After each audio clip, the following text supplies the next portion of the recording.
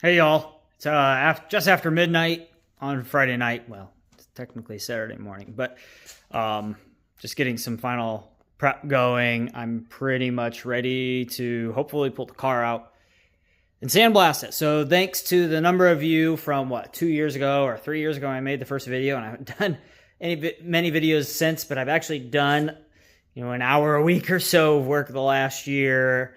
We had a third kid and we added on to our house, so other priorities. So, but I'm getting back to it just a little bit here and there, just chipping away at it, but hoping to get sandblasting done. So it's not gonna let me flip it around, so let me try to do it this way. Yeah, so I pretty much have plastic over a lot of the car.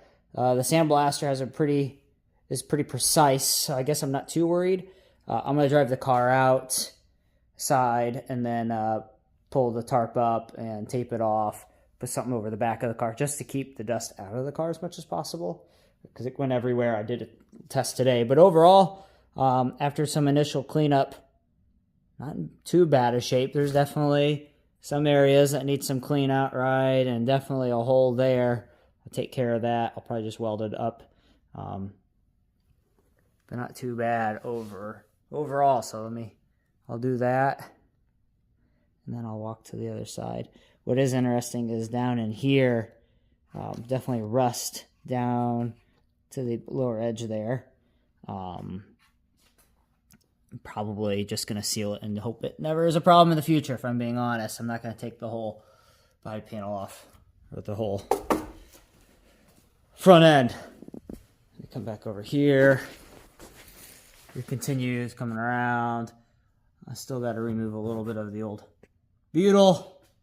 Definitely some rust in a couple areas, but honestly, it's in good shape. I've cleaned out a number of the seam sealer areas to see, especially here, to see if it went down, but it stopped short.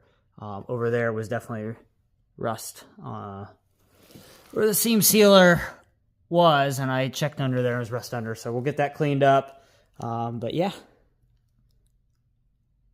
I wish this thing would let me just flip it around. This is hard to do. Let me back up. There we go. So there you have it. Yeah, stay tuned. Hopefully we'll get this cleaned up, and I'll do an after.